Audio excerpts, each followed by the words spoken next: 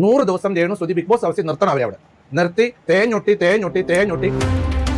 രേണുവിനെ പൊളിച്ചെടുക്കാൻ ദൈവം എന്നെ അവതരിപ്പിച്ചിറക്കിയതാണെന്ന് ഞാൻ വിശ്വസിക്കുന്നു. ഋതപ്പൻ കൈപൊക്കിയ വീഡിയോ, രേണുസുതി ഉമ്മ കൊടുത്ത വീഡിയോ, ഇങ്ങനെ കൊടുത്ത് രേണുസുതി എവിടെ കൊണ്ടെത്തിച്ചു. ബിഗ് ബോസിനകത്തോട്ട് കയറി ചെന്നപ്പോൾ എന്തോ പറഞ്ഞു നിങ്ങൾ കണ്ടു കാണുമല്ലോ. സുജിയേട്ടാ ഞാൻ വന്നു. അപ്പൊ ഈ ചാനൽ ഇവരുടെ വീട്ടിൽ താമസമാണ്. ആങ്കർമാരെ അവിടെ കൊണ്ട് താമസിപ്പിച്ചിരിക്കുകയാണ്. മുറ്റത്തോട്ട് പോയാൽ വീഡിയോ ഇടും, പെരക്കകത്ത് കയറിയ വീട്. ഋതപ്പൻ മൂത്രമൊഴിച്ചാൽ അത് വീഡിയോ. ഋതപ്പൻ കൈപൊക്കിയ വീഡിയോ, രേണുസുതി ഉമ്മ കൊടുത്ത വീഡിയോ, ഇങ്ങനെ കൊടുത്ത് രേണുസുതി എവിടെ കൊണ്ടെത്തിച്ചു. ഇന്ത്യയിലെ വലിയ ബിഗ് ഷോയിലേക്ക് കൊണ്ട് കയറ്റിവിട്ടു. സോഷ്യൽ മീഡിയയിലുള്ള ബഹുമാനപ്പെട്ട സോഷ്യൽ മീഡിയ പ്രവർത്തകരെല്ലാവരും കൂടെ ചേർന്ന്. കുറ്റമായിട്ട് ഞാൻ പറയത്തില്ല. ഇവരെ തങ്കച്ചൻ സോഷ്യൽ മീഡിയക്കാരെ മുഴുവൻ ചീത്ത വിളിച്ചു. ഒരിക്കലും തെറ്റാത്. സോഷ്യൽ മീഡിയക്കാരുടെ അഹോരാത്രം ഒപ്പിയെടുത്ത വീഡിയോകളാണ് ഇന്ന് രേണുസുതി ബിഗ് ബോസിൽ ചെന്നിരിക്കുന്നത്. അതുകൊണ്ട് യൂട്യൂബേഴ്സിനെ ചീത്ത വിളിക്കാൻ ഞാൻ എന്നെ പോലുള്ള ഒരു സമയത്തില്ല. സുധിയിലൂടെയാണ് ഇവർ അറിയപ്പെട്ടത്. സുധിയുടെ 3ാം ഭാര്യയായിട്ട് അറിയപ്പെട്ടു. അങ്ങനെ അറിയപ്പെടുന്ന ഈ സ്ത്രീയെ സുധിയുടെ മരണത്തോടു കൂടി മനുഷ്യർ അറിയാൻ തുടങ്ങി. അറിഞ്ഞു എങ്ങനെ എന്റെ കുഞ്ഞിന് ടോയ് ഇല്ല, എന്റെ കുഞ്ഞിന് ബേബി ഫുഡ് ഇല്ല, ഞങ്ങൾക്ക് റേഷൻ കടയിലെ അരിയേ ഉള്ളൂ. ഇതൊക്കെ നമ്മൾ സോഷ്യൽ മീഡിയ കാണുന്നത്. ഞാനും എന്റെ മൊബൈൽ തുറക്കും ഇതേ ഉള്ളല്ലോ കാണാൻ. മൊബൈൽ അങ്ങോട്ട് തുറന്നു കഴിഞ്ഞാൽ ഇതേ ഉള്ളൂ കാണാൻ. ഇതെല്ലാം കണ്ട് എല്ലാ സഹോദരങ്ങൾക്കും നമ്മുടെ യൂട്യൂബ് ചാനലിലേക്ക് സ്വാഗതം. അപ്പോൾ കുറച്ച് ദിവസമായിട്ട് കേരളം ഒട്ടൊക്കെ ചർച്ച ചെയ്തുകൊണ്ടിരിക്കുന്നത് സോഷ്യൽ മീഡിയയുടെ കാര്യമാണ് കേട്ടോ. ഒരു വിഷയം എന്ന് പറഞ്ഞാൽ നമ്മുടെ ഫാദർ നോബിൾ ഫിലിപ്പ് കൊല്ലം സുധിയുടെ മൂത്ത മകനായിട്ടുള്ള കിച്ചുവിനെ കുറിച്ചിട്ട് പറഞ്ഞിട്ടുള്ള ചില കാര്യങ്ങളാണ്. വെറുതെ പറഞ്ഞിട്ടുള്ളതല്ല, ഒരു ഭീഷണിയുടെ സ്വരത്തിൽ പറഞ്ഞ ചില സംഭവങ്ങളൊക്കെ ഉണ്ട്. അപ്പോൾ ആ ഒരു ഫാദർ പറഞ്ഞ കാര്യങ്ങൾ ഒട്ടുമിക്ക ആളുകളും കേട്ടിട്ടുണ്ടാവണം.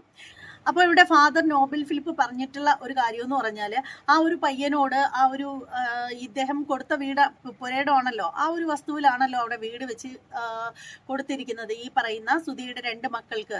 അപ്പോൾ ആ ഒരു വീട്ടിൽ മര്യാദയ്ക്കാണെങ്കിൽ കയറാം, ഇല്ലെങ്കിൽ പണി നോക്കി പൊയ്ക്കോളൂ എന്നുള്ള രീതിയിലാണ് ഇദ്ദേഹം പറയുന്നത്. എന്തുകൊണ്ടാണ് ഇദ്ദേഹം ഇങ്ങനെ പറഞ്ഞതെന്ന് മനസ്സിലാവുന്നില്ല.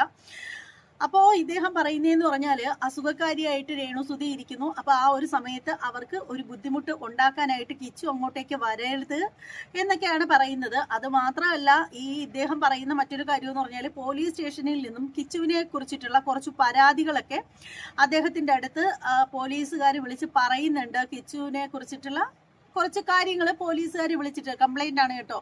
ഈ പറയുന്ന അച്ഛനോട് പറയുന്നുണ്ട്, അദ്ദേഹം അറിഞ്ഞുകൊണ്ടിരിക്കുന്നു എന്നൊക്കെയാണ് പറയുന്നത്. ഈ ഒരു ഫാദർ തീർത്ത് പറയുന്ന ഒരു കാര്യം എന്ന് പറഞ്ഞാൽ, രേണുസുതിക്ക് അല്ലെങ്കിൽ രേണുസുതിയുടെ ഫാമിലിക്കെതിരെ കിച്ചു എന്തെങ്കിലും ചലിച്ചു കഴിയുകയാണെങ്കിൽ ഇദ്ദേഹം നിയമപരമായിട്ട് അങ്ങ് ഇറങ്ങും എന്നാണ് നമ്മുടെ ഫാദർ പറഞ്ഞിരിക്കുന്നത്. അപ്പോൾ എന്തായാലും ഇതിനേക്കാളും രസകരമായിട്ട് എനിക്ക് തോന്നിയിട്ടുള്ള ഒരു കാര്യം എന്താണെന്ന് അറിയാമോ? ഇദ്ദേഹം പറഞ്ഞ മറ്റൊരു കാര്യമാണ്, കുറച്ച് സോഷ്യൽ മീഡിയക്കാർ കൂടിയിട്ടാണ് ഈ ഒരു രേണുസുതിയെ ഒരുപാട് അപമാനിക്കുന്നു എന്നൊക്കെ ഉള്ള രീതിയിലാണ്. അതായത് മറ്റുള്ള ആളുകൾ ഏത് രീതിയിൽ വീഡിയോ ചെയ്താലും റീൽസ് ചെയ്താലും ആർക്കും ഒരു പരാതിയില്ല, ആർക്കും ഒരു പ്രശ്നവും. എന്നാൽ രേണുസുതി ചെയ്യുമ്പോഴാണ് ആളുകൾക്ക് പ്രശ്നം. എന്നാൽ അത്യാവശ്യം കാശും ഒക്കെ ഉള്ള ആളുകളുടെ മക്കൾ അല്ലെങ്കിൽ സെലിബ്രിറ്റീസിൻ്റെയൊക്കെ മക്കളൊക്കെ വീഡിയോ ഒക്കെ ചെയ്യുമ്പോൾ എത്ര മോശമായിട്ട് ഇട്ടാലും ആരും അതിനെതിരെ റിയാക്ട് ചെയ്യുന്നില്ല. രേണുസുതി ഒരുപാട് കുടുംബ പാരമ്പര്യമില്ലാത്ത വീട്ടിലുള്ള കുട്ടിയായതുകൊണ്ട്, അല്ലെങ്കിൽ സാമ്പത്തികമായിട്ട് പിന്നോക്കം നിൽക്കുന്ന ഒരു ഫാമിലിയിലുള്ള ആളായതുകൊണ്ട് എല്ലാവരും അവരെ ഇങ്ങനെ വലിച്ചു കീറി ഒട്ടിക്കാനായിട്ട് നിൽക്കുന്നത് എന്നൊക്കെയാണ് പറയുന്ന ബിഷപ്പ് പറയുന്നത്. അപ്പോൾ ഈ ഒരു ബിഷപ്പിനോട് എനിക്ക് പറയാനുള്ള കാര്യങ്ങൾ എന്താണെന്ന് വെച്ചാൽ, അപ്പോൾ ബിഷപ്പ് ഓർക്കേണ്ട ഒരു കാര്യം എന്ന് പറഞ്ഞാൽ, രേണുസുതിയോട് ഇപ്പോൾ മറ്റുള്ളവരുടെ കാര്യം എനിക്കറിയില്ല, എന്നെപ്പോലെ കുറച്ച് യൂട്യൂബേഴ്സിനെങ്കിലും രേണുസുതിയോട് യാതൊരു തരത്തിലുള്ള പകയോ വിദ്വേഷമോ ഒന്നുമില്ല. അവർ കാണിക്കുന്ന തെറ്റുകൾ ചൂണ്ടിക്കാണിക്കുന്നു എന്ന് മാത്രമേ ഉള്ളൂ. അല്ലാണ്ട് ഈ പറയുന്ന രേണുസുതിയെ എന്തും ചെയ്യാം, എങ്ങനെയും ടാർഗറ്റ് ചെയ്ത് അവരെന്ത് ചെയ്താലും അതിലൊക്കെ തെറ്റ് കണ്ടുപിടിച്ച് അവരെ കുറ്റപ്പെടുത്താം, അങ്ങനൊന്നുമില്ല. രേണുസുതി ഇന്ന് നല്ലൊരു പ്രവൃത്തി ചെയ്താലേ തീർച്ചയായും നല്ലതെന്ന് തന്നെ പറയും. അവർ നല്ലൊരു വസ്ത്രം ധരിച്ച് വന്നു കഴിഞ്ഞാൽ നല്ലതെന്ന് തന്നെ ഞാൻ പറയാറുണ്ട് എൻ്റെ ചാനൽ വഴി.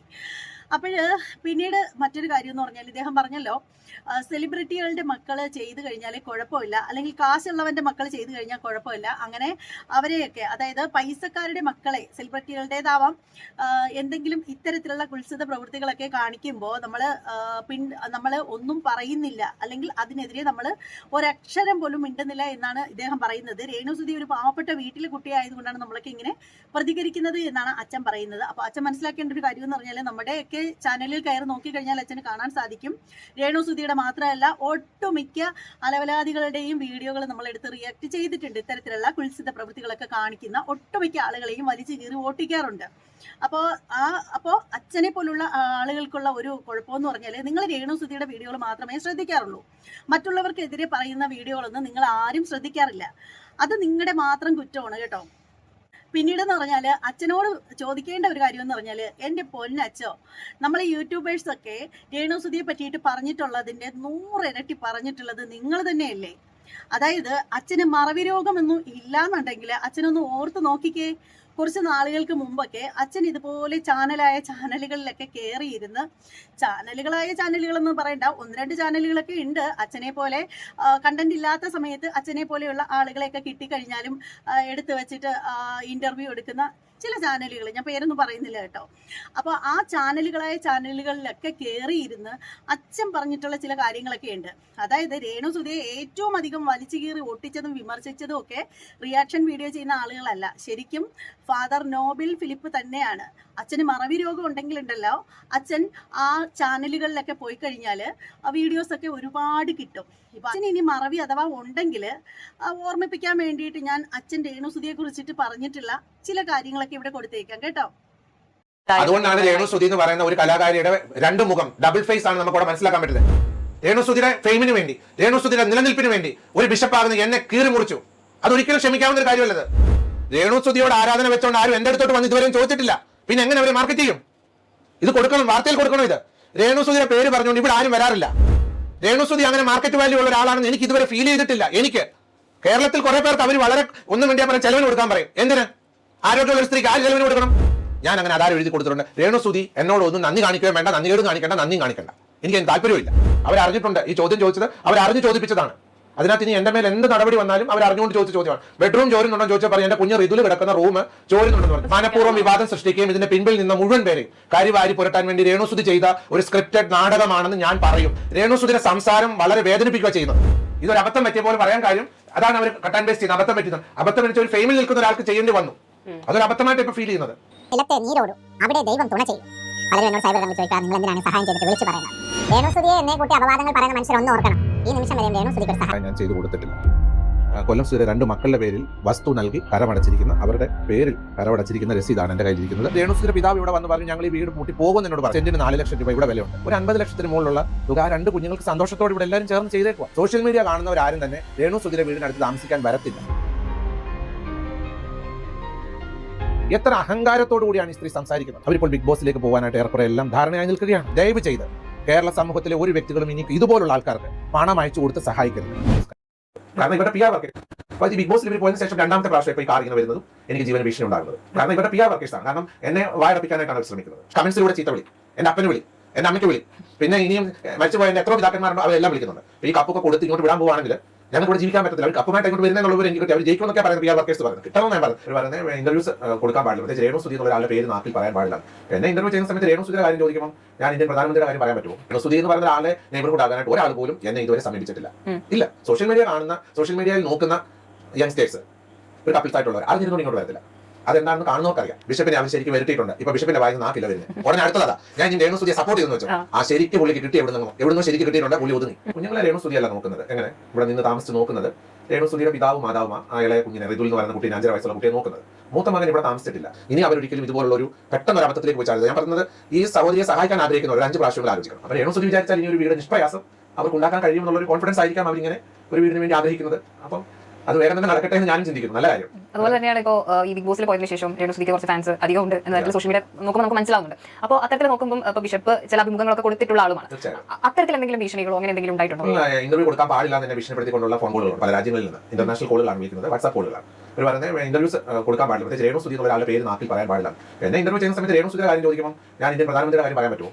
ഒരിക്കലും പറയാൻ താല്പര്യപ്പെടുന്നില്ല. നിങ്ങൾ എന്നോട് ആരെ പറ്റിയാ ചോദിക്കുക? സ്ഥിരതയുള്ള ആളാണ്. ആ സ്ത്രീയെ പറ്റി പറഞ്ഞ സ്ഥിരതയില്ലാത്തവർ. എന്നോട് ഇന്റർവ്യൂ ചെയ്യുന്ന ഒരു മാധ്യമ സുഹൃത്ത് ചോദിക്കാൻ രേണുസുതിയുടെ കാര്യം ചോദിച്ചാൽ ഞാൻ രേണുസുതിയുടെ കാര്യം രാവിലെ തൊട്ട് വൈകുന്നേരം വരെ പറഞ്ഞുകൊണ്ടിരിക്കും. നിങ്ങൾ വേറൊരു കാര്യം ചോദിച്ചാൽ ഞാൻ കാര്യത്തെ പറ്റി സംസാരിക്കും. ഈ സ്ഥിരതയുണ്ട്. അതുകൊണ്ട് അവർ ആർമി PR വർക്ക് ചെയ്തുകൊണ്ടിരിക്കുന്ന കേരളത്തിലെ ഒരു വിഭാഗം ആൾക്കാർ എല്ലാവരും ഇല്ല കേട്ടോ. അങ്ങനെ രാവിലെ തൊട്ട് കഷ്ടപ്പെട്ട് ജോലി ചെയ്ത് അവരുടെ കാര്യം നോക്കുന്ന മലയാളികൾ വൈകിട്ട് വന്നിട്ട് ഈ മൊബൈൽ ഒന്ന് എടുത്തിട്ട് നോക്കുമ്പോൾ അതിനകത്ത് ഇവരുടെ PR വർക്കേഴ്സിന്റെ മുഖമില്ലാത്ത ഫേക്ക് ഐഡിയിൽ കൂടെ വന്ന് എന്നെ പോലുള്ളവരെയും മറ്റുള്ളവരെയും ചീത്ത വിളിക്കുന്ന PR വർക്കേഴ്സ് എങ്ങോട്ടാണ് ഈ പോക്കെന്ന് എനിക്ക് മനസ്സിലാകുന്നില്ല. ഒരു അഭിമുഖത്തിൽ ബിഷപ്പ് പറയുന്നുണ്ടായിരുന്നു വീട്ടിൽ വരെ ആളുകൾ വന്ന് ഭീഷണിപ്പെടുത്തി. ഇന്നലെ വൈകിട്ട് ഒരു കാർ ഇവിടെ വന്നു. ഇന്നലെ വൈകിട്ട് ഒരു 6:30 7 മണിക്ക് വരെ CCTV ഉണ്ട്. ഞാൻ പോലീസിന് CCTV പാസ്വേഡ് കൊടുത്തിട്ടുണ്ട്. അവർ പോലീസ് കണക്ട് ആണ്. അപ്പോൾ ഇന്നലെ വൈകിട്ട് ഒരു കാർ വന്ന് ഈ വാതിക്കൽ സ്ലോ ചെയ്ത് നമ്മൾ കൈ കാണിച്ചിട്ട് അവർ നിർത്തത്തില്ല, വിൻഡോ ഡൗൺ ചെയ്യത്തില്ല, അവരെ പോവുകയാണ്. അപ്പോൾ ഈ ബിഗ് ബോസിൽ ഇവർ പോയതിനു ശേഷം 2ാമത്തെ പ്രാവശ്യം ഇപ്പോൾ ഈ കാർ ഇങ്ങനെ വരുന്നതും എനിക്ക് ജീവന ഭീഷണി ഉണ്ടാകുന്നത്. കാരണം ഇവരുടെ PR വർക്കേഴ്സാണ്. കാരണം ടീം പോകത്തില്ലേ. രേണുസുതി പബ്ലിക് പ്ലാറ്റ്ഫോമിൽ വന്ന് നിന്ന് ഇങ്ങനെയുള്ള കാര്യങ്ങൾ പറഞ്ഞതിനെ എനിക്ക് അംഗീകരിക്കാൻ പറ്റത്തില്ല.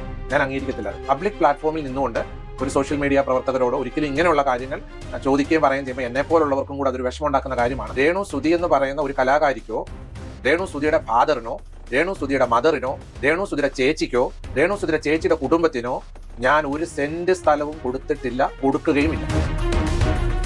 ഈ ഒരു വീട് കൊടുത്തതിൽ എനിക്കുണ്ടായ കുറേ പ്രോബ്ലംസ് അത് എഴുതി കൊടുത്ത കാരണത്താൽ എന്നെ വളരെയധികം ഒത്തിരി സ്ഥലങ്ങൾ എന്നെ പ്രയാസപ്പെടുത്തി, എന്നെ ഒരുപാട് കരയാൻ അനുഭവങ്ങളാണ്. കൊല്ലം സുധിയുടെ കുടുംബത്തെ മാർക്കറ്റ് ചെയ്യുന്നു. രേണു സുധിയുടെ പശ്ചാത്തലം ഒരു ക്രിമിനൽ പശ്ചാത്തലത്തിലേക്ക് പോയിക്കൊണ്ടിരിക്കുന്നു. അതെന്റെ അനുഭവത്തിലൂടെ ഞാൻ തുറന്നു പറയാം. രേണു സുധി ബിഗ് ബോസിൽ പോയി, അപ്പൊ അങ്ങനെ പ്രശസ്തി നേടിയ ആളായിട്ട് മാറാൻ പോയി. അവിടെ പോയി കുറച്ച് നേരം കുറെ സമയം കണ്ണാടി നോക്കിയിരുന്ന് കരഞ്ഞതുകൊണ്ടോ കട്ടിലേ കിടന്ന് കരഞ്ഞതുകൊണ്ടോ പൊതുജനങ്ങളെ ഈ രേണു സുധിക്ക് വോട്ട് ചെയ്യുന്നെങ്കിൽ എനിക്ക് അതിനെപ്പറ്റി എന്താ പറയുന്നത്? രേണു സുധിയെ ആരാധിക്കുന്ന ധാരാളം ആരാധകരുണ്ടെന്നല്ലേ ഇപ്പം പറയുന്നത്. ആരാധിക്കട്ടെ, അല്ലാത്തവരുണ്ടല്ലോ താങ്കൾക്ക് ഭീഷണിയുമായിട്ട് വന്നത്. തീർച്ചയായിട്ടും ഇവർക്ക് PR വർക്ക് ചെയ്യുന്ന ഒരു വളരെ സ്ട്രോങ് ടീമാണെന്നുള്ളവർ എനിക്ക് കിട്ടിയിട്ടുണ്ട്. ഇവർക്ക് വേണ്ടിയിട്ട് വർക്ക് ചെയ്യുന്ന ആൾക്കാരുടെ ഡീറ്റെയിൽസ് ഒക്കെ ഏർപ്പെടെ ഞാൻ പോലീസിന് കൊടുത്തിട്ടുണ്ട്. അവർ നിരീക്ഷണത്തിലാണ് എന്നോട് പോലീസ് പറഞ്ഞു. ഏതൊരു കാര്യത്തിനും നമ്മുടെ ജീവിതത്തിലുണ്ടല്ലോ അഹങ്കാരം, എനിക്കായിക്കൊള്ളട്ടെ വേറെ ആൾക്കാരുടെ അഹങ്കാരം, ഞാൻ എന്ന ഭാവം, അഹംഭാവം എന്നായി പറയും, അത് വന്നിട്ടുണ്ട്. അധികം നാൾ അതൊന്നും മുന്നോട്ട് പോകത്തില്ല. ഞാൻ കേരളത്തിൽ ഒരുപാട് വലിയ നടന്മാരെ ഞാൻ കണ്ടിട്ടുള്ളവരിൽ വെച്ച് വലിയ കഴിവുള്ള എന്ന് ജീവിച്ചിരിക്കുന്ന വലിയ നടന്മാരുണ്ട്. എന്ത് സ്നേഹത്തോടും ആദരവോടും മറ്റുള്ളവരോട് എന്ത് ദയോടും വാത്സല്യത്തോടുമാണ് അവർ പെരുമാറുന്നത്. ഒരു അനുശ്രീ ഉണ്ട്, പത്തനാപുരത്തിനടുത്ത് ഒരു അനുശ്രീ. എന്ത് താഴ്മയാണ് പെൺകുട്ടി, എന്ത് താഴ്മയാണ് ആ കുട്ടി മറ്റുള്ളവരോട് ബിഹേവ് ചെയ്യുന്നത്. ഞാനിത് ഇപ്പോൾ രേണു സുധി എന്നൊരു സ്ത്രീയെ പറ്റി ചോദിച്ചുകൊണ്ടാണ് മറ്റ് സിനിമാ നടിമാരെ പറ്റി ഞാൻ എടുത്തു പറഞ്ഞത്. മനസ്സിലാവുന്നുണ്ടോ? രേണു സുധിയുടെ ആർമി ഉണ്ട്. തീർച്ചയായും അവരാണ് എന്നെ പിന്നെ വകവരുത്തുവാനായിട്ട് ഇവിടെ വാഹനങ്ങളിൽ വന്നത്. യാതൊരു സംശയമില്ലാത്ത ഇന്റർനാഷണൽ കോളുകളാണ് വന്നിരിക്കുന്നത്. ഞാൻ അതിന്റെ ഡീറ്റെയിൽസ് പോലീസിന് ഹാൻഡ് ഓവർ ചെയ്തു. ആ കോളുകൾ എന്തായിരുന്നു? നിങ്ങൾ സൂക്ഷിച്ചോ, നിങ്ങൾക്കുള്ള പണി വരുന്നുണ്ടെന്നോ? ഈ പ്രോപ്പർട്ടിയുടെ ബാക്കിയുള്ള സ്ഥലങ്ങളൊക്കെ ബിസിനസ് നടന്നോ? ഇല്ല, നടക്കുന്നില്ല. കാരണം നമ്മുടെ വസ്തുവിന് ഒരു വാല്യൂ കുറഞ്ഞു പോയി. അതെന്തുവാണെന്ന് കേരള സമൂഹത്തിലുള്ളവർക്ക് മനസ്സിലായിട്ടുണ്ട്, ഈ നാട്ടിലുള്ളവർക്ക് മനസ്സിലായിട്ടുണ്ട്. ഒരിക്കൽ പോലും ഒരാൾ രേണു സുധിയുടെ നെയ്ബർ ഉണ്ടാകാനായിട്ട് വരത്തില്ല. ഈ സമീപത്തോട് വരും. രേണു സുധിക്ക് ഗൂഗിൾ പേ ചെയ്യാൻ തയ്യാറാകുന്ന വ്യക്തി 5 പ്രാവശ്യം ചിന്തിക്കണം. അയക്കണോ വേണ്ട ആലോചിച്ചിട്ട് ചെയ്താൽ ഇന്ന് ഞാൻ ഇരിക്കുന്ന പോലെ ഇന്റർവ്യൂ വന്നിരിക്കേണ്ടി വരും. രേണു സുധി വ്യക്തി വരുന്ന വഴികൾ മറക്കുന്നത് 100%. വന്ന വഴികളെല്ലാം അവർ മറന്നു. ഇനിയിപ്പം ബിഗ് ബോസ് ഹൗസിൽ ചെന്ന് ഇവരെന്തെങ്കിലും 100 ദിവസമൊക്കെ അവിടെ നിന്ന് പുറത്ത് വന്നിട്ട് അവിടെ നിന്ന് ഇറങ്ങി വരുമ്പോൾ അവിടുത്തെ പഴത്തിന് അത്ര ഉപ്പില്ലായിരുന്നു. ബാക്കി കാര്യം ജനം കേൾക്കുന്നവർക്ക് മനസ്സിലാവും. എന്തെങ്കിലും ഒരു കുറ്റം കണ്ടുപിടിക്കാതെ ആ പുള്ളിക്കാർക്ക് ഇരിക്കാൻ പറ്റത്തില്ല. അവരങ്ങനെയാണ്. ഭീഷണി ഉണ്ടാവുന്നു. അതൊക്കെ അവരെ വളരെ മുറിപ്പെടുത്തുന്നതാണ്. പല കാര്യങ്ങളും എന്നെ അമ്മയെ അറിയിക്കാൻ പോലും പറ്റത്തില്ല. കാരണം അവർ ഹാർട്ട് പേഷ്യൻ്റാണ്. അപ്പം അമ്മ ഒരു സർജറി കഴിഞ്ഞിട്ട് ഇന്നലെ 3 മാസം കഴിഞ്ഞിട്ടേ ഉള്ളൂ. അപ്പം അമ്മ വീട്ടിൽ വിശ്രമിക്കുകയാണ്. അവർക്ക് അത് താങ്ങാനാവുന്നതിനപ്പുറമായ ദുഃഖത്തിലൂടെയാണ് അവർ പോയിക്കൊണ്ടിരിക്കുന്നത്. വളരെ വേദനയിലൂടെ അവർ പോയിക്കൊണ്ട് അവർ പ്രാർത്ഥിക്കുന്ന എനിക്ക് വേണ്ടിയിട്ട്. എനിക്ക് എന്തെങ്കിലും സംഭവിച്ചാൽ എൻ്റെ അമ്മയും സഹോദരിയും ആ നിമിഷം തന്നെ ഹൃദയം അവർക്ക് താങ്ങാനുള്ള ഒരു പവർ ഉണ്ടായിരിക്കത്തില്ല. അവർ തളർന്നു പോകും. തീർച്ചയാണത്. കാരണം വേറെ ആരും അവരെ സംരക്ഷിക്കുവാനായിട്ട് ഈ ഭൂമിയിലില്ല. താങ്കൾക്ക് ജീവനും ഭീഷണിയുണ്ട്. അതുകൊണ്ടാണല്ലോ നിങ്ങൾ എന്നെ കാണാനായിട്ടും വരാനിടയായത്. എനിക്ക് ജീവന ഭീഷണി ഉണ്ടല്ലോ. രേണു സുധിയുടെ ആർമി ഉണ്ട്. തീർച്ചയായും അവരാണ് എന്നെ പിന്നെ വകവരുത്തുവാനായിട്ട് ഇവിടെ. സോഷ്യൽ മീഡിയയിൽ അതുകൊണ്ടാണ് രേണു സുധി എന്ന് പറയുന്ന ഒരു കലാകാരിയുടെ 2 മുഖം, ഡബിൾ ഫേസ് ആണ് നമുക്ക് മനസ്സിലാക്കാൻ പറ്റുന്നത്. രേണു സുധിയുടെ ഫെയിമിന് വേണ്ടി, രേണു സുധിയുടെ നിലനിൽപ്പിന് വേണ്ടി ഒരു ബിഷപ്പാകുന്ന എന്നെ കീറി മുറിച്ചു. അതൊരിക്കലും ക്ഷമിക്കാവുന്ന കാര്യമല്ലത്. രേണു സുധി അച്ഛൻ പറഞ്ഞ മറ്റൊരു കാര്യമാണ്, അതായത് ഇന്റർവ്യൂവിലൊക്കെ വിളിച്ചിട്ട് അച്ഛൻ പറയുന്നതും പറയാത്തതും ഒക്കെ എഡിറ്റ് ചെയ്ത് വെക്കും എന്നുള്ള രീതിയിലൊക്കെ അച്ഛൻ പറഞ്ഞു വെച്ചിട്ടുണ്ടായിരുന്നല്ലോ. ശരിക്കും പറയുകയാണെങ്കിൽ അച്ഛൻ്റെ എണ്ണാക്കിൽ ആരും കോല് കൊണ്ടിട്ട് കുത്തി തന്നിട്ടല്ല അച്ഛൻ ഇങ്ങോട്ട് വാക്കുകൾ ഇങ്ങോട്ട് മൊഴിഞ്ഞിട്ടുകൊണ്ടിരുന്നത്. അച്ഛന് ദേഷ്യം വരുമ്പോൾ അച്ഛൻ്റെ വായി തോന്നുന്നതങ്ങ് പറയുന്നു. അത് മറ്റാരും പറഞ്ഞ് അച്ഛനെ കൊണ്ട് പറയിക്കുന്നതൊന്നും അല്ലല്ലോ. അപ്പോൾ എന്തായാലും എനിക്ക് അച്ഛനോട് പറയാനുള്ളൊരു കാര്യമെന്ന് വെച്ചാൽ ആദ്യം അച്ഛൻ നന്നാവുക, എന്നിട്ട് മറ്റുള്ളവരുടെ നന്നാക്കാനായിട്ട് ഇറങ്ങുക എന്നുള്ളതാണ്. അല്ലേ? ഒന്നുമില്ലെങ്കിലും ബിഷപ്പ് എന്ന് പറയുമ്പോൾ നിങ്ങളൊരു വലിയ സ്ഥാനത്തിന് ഇരിക്കുന്ന ഒരു ആൾ തന്നെയാണ്. ശരിക്കും ഒരു കിച്ചുവിനെ പോലെ 10 22 വയസ്സായ ഒരു ചെക്കനെ സോഷ്യൽ മീഡിയയിൽ വന്നിട്ട് ആളുകൾക്ക് വലിച്ചു കീറാനായിട്ട് ഇട്ട് കൊടുക്കുന്ന രീതിയിൽ സംസാരിക്കുന്ന സമയത്തിന് ഈ പറയുന്ന രേണു സുധിയെയും അവരുടെ ഭർത്താവിൻ്റെ മകനായിട്ടുള്ള കിച്ചുവിനെയും കൂടി ഒരുമിച്ച് വിളിച്ച് ആ ഒരു വീട്ടിൽ കൊണ്ടുവന്ന് ഇരുത്തി അവർക്ക് അമ്മയ്ക്കും മകനും ഇടയുണ്ടെങ്കിലും അതിനെ പറഞ്ഞ് മനസ്സിലാക്കി 2 പേരെയും ഒത്തൊരുമിപ്പിക്കേണ്ട ആളായിരുന്നു നിങ്ങൾ അത് ചെയ്യുന്നതിന് പകരം സോഷ്യൽ മീഡിയയിൽ വന്നിട്ട് ഞാൻ പറയുന്ന ഒരു കാര്യങ്ങളും കട്ട് ചെയ്ത് കളയരുത് കേട്ടോ, എല്ലാം ഇട്ടേക്കണം, എന്നെ ഇച്ചിരി ഏറിൽ കയറ്റി വിട്ടാലും ഒരു വിഷയമില്ല എന്നും പറഞ്ഞിട്ട് വായിൽ വരുന്നത് കോതയ്ക്ക് പാട്ട് എന്നുള്ള രീതിയിൽ പറഞ്ഞത് മുഴുവനും അച്ഛൻ തന്നെയല്ലേ അച്ഛാ? എന്തായാലും അച്ഛൻ്റെ വാക്കുകൾ അച്ഛൻ മാറ്റി പറയില്ല എന്ന് വിശ്വസിക്കുന്നു. പിന്നീടുള്ള ഒരു കാര്യം എന്ന് വെച്ചാൽ അച്ഛൻ്റെ പഴയ കാല വീഡിയോകൾ ഒരുപാട് ഞാൻ എടുത്ത് വച്ചിട്ടുണ്ട് കേട്ടോ. അപ്പോൾ എന്തായാലും അച്ഛൻ മറന്നു പോയിട്ടുണ്ടെങ്കിൽ അച്ഛൻ തന്നെ പറഞ്ഞ ചില കാര്യങ്ങൾ കൂടി കാണിച്ചു തരാം.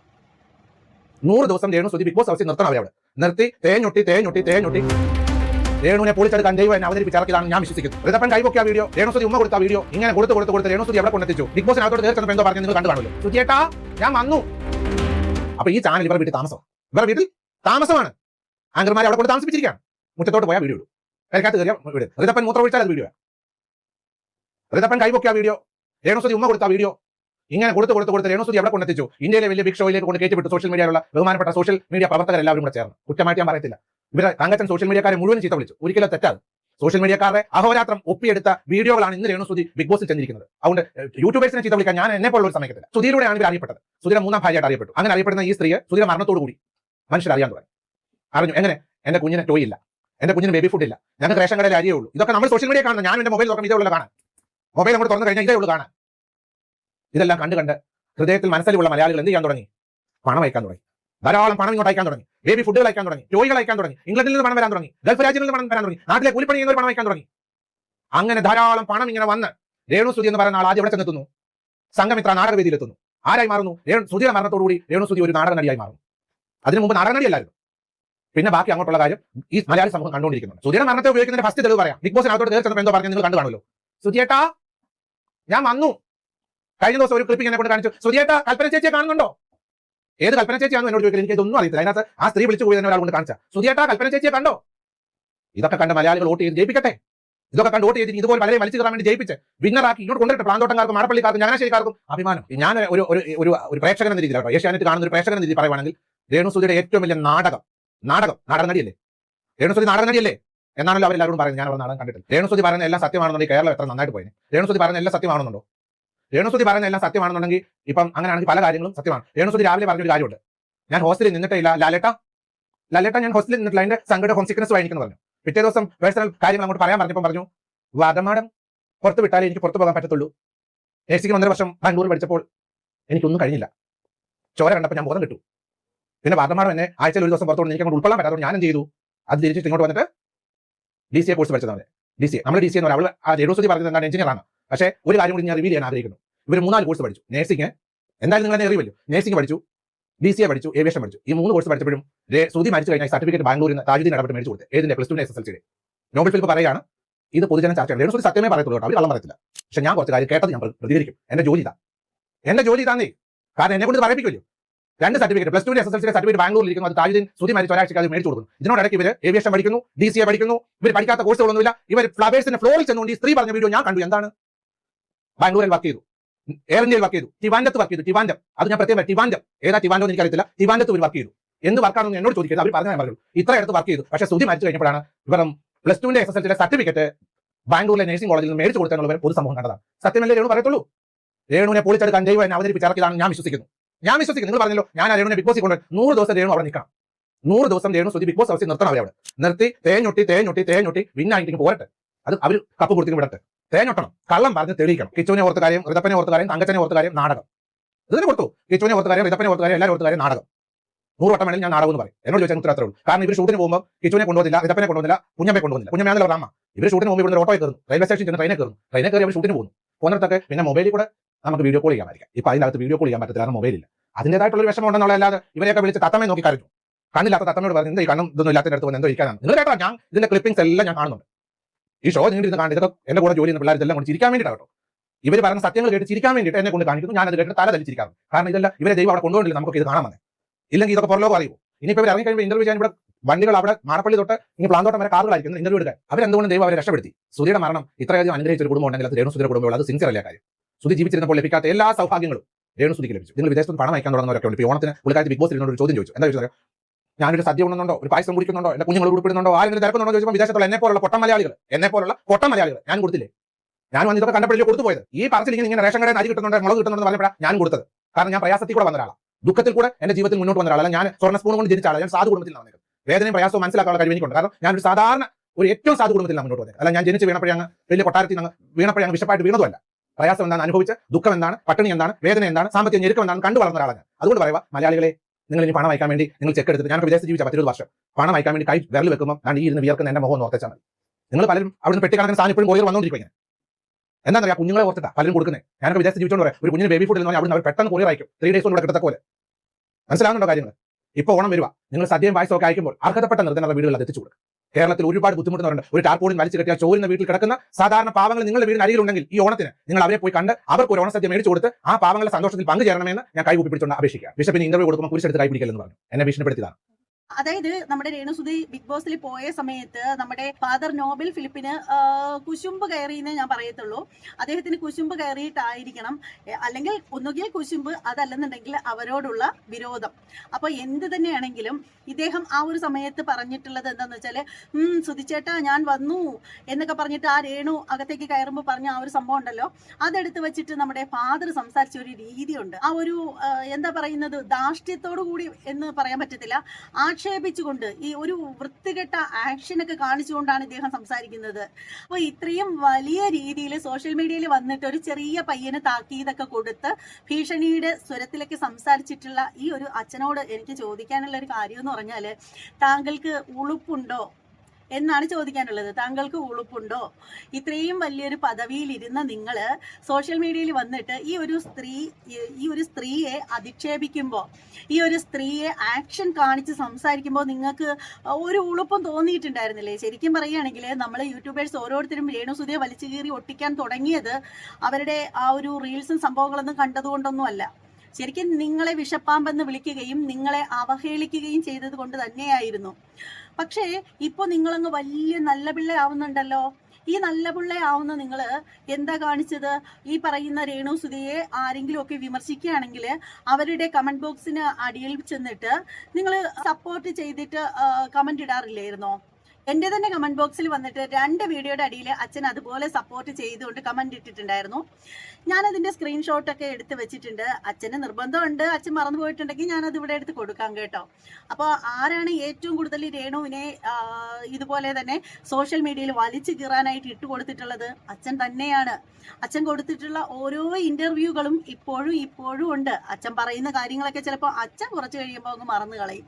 പക്ഷെ സോഷ്യൽ മീഡിയയിൽ അതിങ്ങനെ കിടന്ന് കറങ്ങിക്കൊണ്ടേയിരിക്കും. അപ്പോൾ ഒരു ചെറിയ പയ്യനെ കുറിച്ച് ഇത്രയും വലിയൊരു പദവി അലങ്കരിക്കുന്ന നിങ്ങൾ പറഞ്ഞത് ഒട്ടും ശരിയായില്ല എന്നേ എനിക്ക് പറയാനുള്ളൂ. അപ്പോൾ ഇവിടെ പലരും ചോദിക്കും, എന്താ നിങ്ങൾ എന്ന് വിളിക്കുന്നത് എന്ന്. ശരിക്കും അദ്ദേഹത്തെ അങ്ങനെ വിളിക്കണം എന്ന് ആഗ്രഹമൊന്നും ഉണ്ടായിട്ടില്ല. ശരിക്കും അദ്ദേഹം അത് അർഹിക്കുന്നു. അതുകൊണ്ട് തന്നെയാണ് ഒരു ബിഷപ്പ് ആണെങ്കിൽ ആ ഒരു വലിയൊരു പദവി തന്നെയാണത്.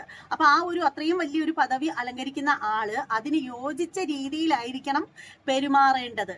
അതിന് യോജിച്ച രീതിയിലായിരിക്കണം സമൂഹത്തിൽ ഇറങ്ങി ഇടപെടേണ്ടത് എന്നാണ് പറയാനുള്ളത്. അതായത് ഒരു രേണുസുതിയുടെ ഫാമിലിയെ പറ്റിയിട്ട് ഏറ്റവും കൂടുതൽ മോശം പറഞ്ഞിട്ടുള്ള വ്യക്തിയാണ് ഈ പറയുന്ന ബിഷപ്പ് എന്ന് പറയുന്നത്. രേണുസുതി ബിഗ് ബോസിനുള്ളിൽ പോയിട്ട് തേഞ്ഞൊട്ടി തിരിച്ചു വരണം എന്ന് പറഞ്ഞ ആളുകൂടിയാണ് ഈ അച്ഛൻ. അതൊന്നും നമ്മളാരും മറന്നിട്ടില്ല. അതുപോലെ തന്നെ ഈ ഒരു ബിഷപ്പ് പറഞ്ഞ കാര്യം എന്ന് പറഞ്ഞാൽ 100 ദിവസവും രേണുവിനെ അവിടെ നിർത്തണമെന്നാണ്. അതിനുശേഷം രേണുവിന്റെ ഒറിജിനൽ സ്വഭാവമൊക്കെ പുറത്തിറക്കിയിട്ട് പുള്ളിക്കാരത്തി തേഞ്ഞൊട്ടി തിരിച്ചു വരണം. എന്തൊക്കെ ആക്ഷേപങ്ങളാണ് ആ ഒരു സ്ത്രീയെ പറഞ്ഞിട്ടുള്ളത്? ഏറ്റവും കൂടുതൽ പറഞ്ഞിട്ടുള്ളത് ഫാദർ നോബൽ ഫിലിപ്പ് തന്നെയാണ്. എന്നിട്ടാണ് ഇരുന്ന് റിയാക്ഷൻ വീഡിയോ ചെയ്യുന്ന ആളുകളെ ഇങ്ങനെ അറഞ്ചം പുറഞ്ചം കുറ്റം പറയാൻ ഉളുപ്പില്ലേ അച്ഛാ എന്നേ ചോദിക്കാനായിട്ടുള്ളൂ. അപ്പൊ എനിക്ക് തോന്നിയ ഒരു കാര്യം പറയട്ടെ. എനിക്ക് ഒരുപക്ഷെ എന്റെ തോന്നലായിരിക്കാം. എനിക്ക് തോന്നിയെന്ന് പറഞ്ഞാല് ഇവരെല്ലാവരും കൂടി ചേർന്നിട്ട് പ്രഷർ ചെലുത്തി കഴിഞ്ഞാല്, കിച്ചുവിനെ താഴ്ത്തി കെട്ടിക്കഴിഞ്ഞാല് അവൻ വിചാരിക്കുക എനിക്ക് ഈ വീടും വേണ്ട ഒരു പുല്ലും വേണ്ടാന്ന് വിചാരിച്ചിട്ട് അവന്റെ പാട് നോക്കി പോവും.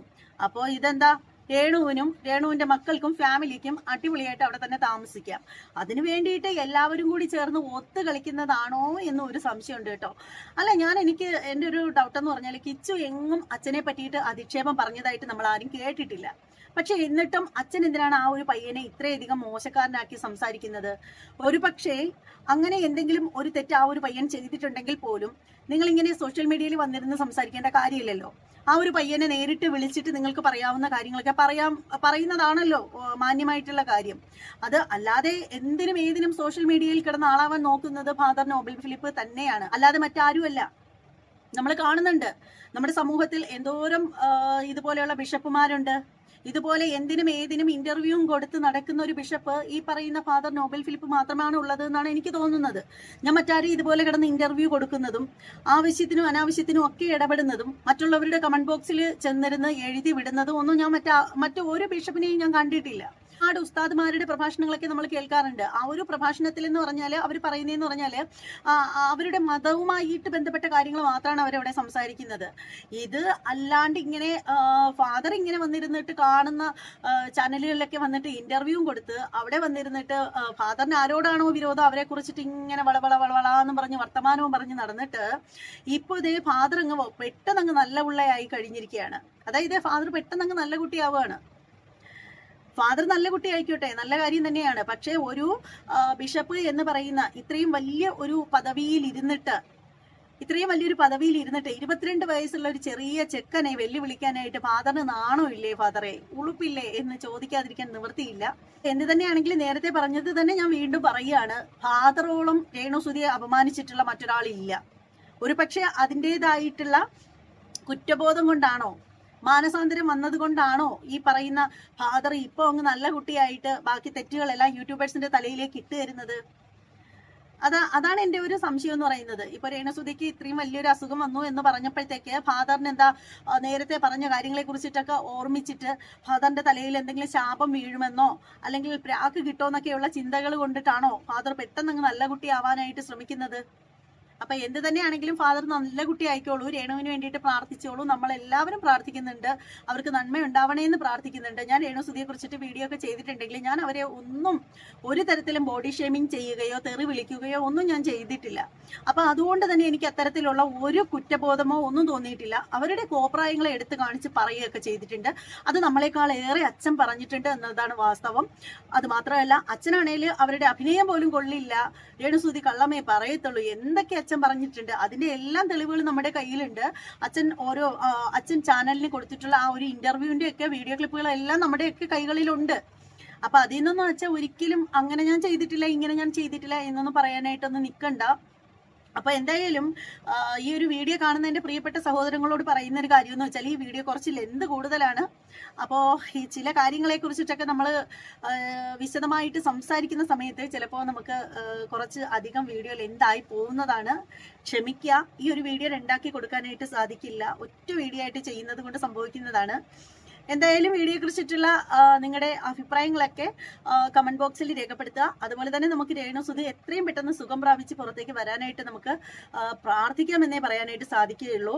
ഈ ഒരു അസുഖം എന്താണെന്ന് വളരെ നന്നായിട്ട് അറിയാവുന്ന ഒരു വ്യക്തി തന്നെയാണ് ഞാൻ. എൻ്റെ ഫാമിലിയിൽ, എൻ്റെ അമ്മയുടെ ഫാമിലിയിൽ ഒരുപാട് പേർക്ക് ഈ ഒരു അസുഖം വന്ന് മരണപ്പെട്ടു പോയിട്ടുള്ള ആളുകളുണ്ട്. അപ്പം അതുകൊണ്ട് തന്നെ ഈ ഒരു അസുഖം വരുത്തി വെക്കുന്ന ബുദ്ധിമുട്ടുകളും കഷ്ടപ്പാടുകളും ഒക്കെ എന്താണെന്ന് വളരെയധികം വ്യക്തമായിട്ട് അറിയാവുന്ന ഒരു വ്യക്തി തന്നെയാണ് ഞാൻ. അപ്പോൾ അവർക്ക് നല്ലത് വരട്ടെ എന്നേ പറയാനുള്ളൂ. എത്രയും പെട്ടെന്ന് അസുഖമൊക്കെ മാറി പഴയ പോലെ നല്ല അടിപൊളിയായിട്ട് നല്ല. എന്തായാലും ഫാദറിനോട് പറയാനുള്ളത്, ഫാദറെ ഈ ഒരു ഇരട്ടത്താപ്പ് നല്ലതല്ല കേട്ടോ. ഒരു തെറ്റ്, രണ്ട് പേര് തമ്മിൽ ഒരു തെറ്റ് നടന്നു കഴിഞ്ഞാൽ അതിൻ്റെ ഇടയിൽ മധ്യസ്ഥത വഹിച്ച് അവരെ തിരുത്തി കൊടുക്കേണ്ട ആളാണ് ഫാദർ.